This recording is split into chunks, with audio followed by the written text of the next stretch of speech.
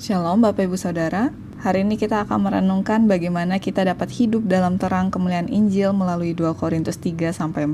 Saudara, dunia seringkali menyoroti hal yang seharusnya dicapai manusia, seperti kekayaan, ketenaran, dan penghormatan, sehingga manusia punya keinginan untuk dikenal, dihormati, dan diakui.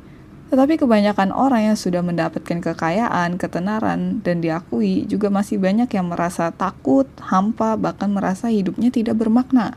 Dan pada dasarnya, tawaran kemuliaan dunia itu sifatnya sementara saja. Karena kenyataannya, kemuliaan sejati itu memang bukan berasal dari manusia, tetapi dari Tuhan, dan kita dapat menemukan kemuliaan sejati hanya dalam Injil Kristus. Nah, dalam 2 Korintus 3-4 ini, Paulus membandingkan kemuliaan perjanjian lama dengan perjanjian baru, dan menegaskan hanya Injil yang membawa kita pada kemuliaan kekal itu. Bagaimana cara Injil membawa kita pada kemuliaan kekal? Nah, dalam 2 Korintus 3 ini, kita akan melihat Injil itu membuka selubung kegelapan. Jadi Paulus menegaskan bahwa tanpa Kristus, hati manusia itu masih tertutup oleh selubung kegelapan. Nah, selubung ini menggambarkan kebutaan rohani, yaitu ketidakmampuan manusia untuk mengenali kemuliaan Allah. Dalam kehidupan sehari-hari, kita mungkin tidak asing dengan prinsip kerja keras dan keinginan membawa kehormatan bagi keluarga. Sehingga mati-matian kita capai akademik yang baik, bisnis sukses, dan status sosial. Ya sebenarnya nggak ada yang salah dari pencapaian kita terima. Tapi, jika dalam mengejar pencapaian itu kita lakukan tanpa mencerminkan karakter Kristus, sebenarnya yang kita kejar hanyalah kemuliaan dunia yang fana. Dan tanpa disadari, ini adalah bentuk selubung kegelapan yang menutupi hati kita. Namun, ketika Injil kembali mengingatkan kita pada selubung kegelapan itu dan kita berbalik kepada Tuhan, selubung itu pun disingkirkan. Hal ini memperlihatkan bahwa keselamatan itu bukan hasil usaha manusia, tetapi anugerah Allah melalui karya Roh Kudus yang bekerja dalam diri kita. Roh Kudus membukakan mata rohani kita sehingga kita dapat melihat mana kemuliaan dunia, mana kemuliaan Kristus. Dan melalui Roh Kudus kita juga mengalami pembaharuan hari lepas seharinya.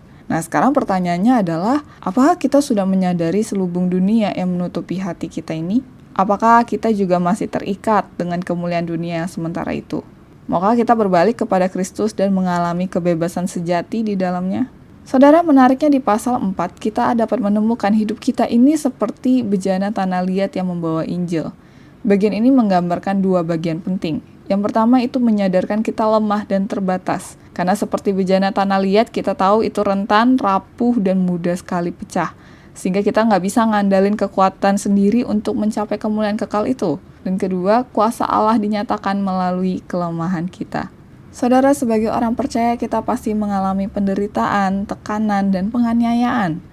Tetapi janji Allah jelas dikatakan, kita mungkin ditindas tapi tidak terhimpit, kita mungkin dianiaya tetapi tidak ditinggalkan, kita mungkin dihempaskan tetapi tidak binasa. Nah, saudara, mungkin pertanyaannya untuk kita renungkan adalah, dalam berbagai masalah dan penderitaan yang harus kita hadapi, apakah kita akan tetap percaya pada Allah yang beserta kita itu? Saudara, tentu saja kita juga diingatkan untuk tidak menjadi tawar hati karena penderitaan yang kita hadapi di dunia. Karena tujuan akhir kita tidak berhenti di dunia, tapi jauh lebih daripada itu, apa yang kita kerjakan sekarang ini, itu tujuannya pada kemuliaan yang akan datang, yaitu kemuliaan kekal bersama dengan Kristus. Nah, saudara, kiranya kita dapat menghidupi terang Injil dalam kerapuhan kita, terus dibaharui setiap hari dan mengarahkan hati kepada kemuliaan kekal dari apa yang kita kerjakan saat ini. Biarlah dalam kelemahan kita kuasa Kristus yang dinyatakan, dan segala kemuliaan hanya bagi Dia. Amin.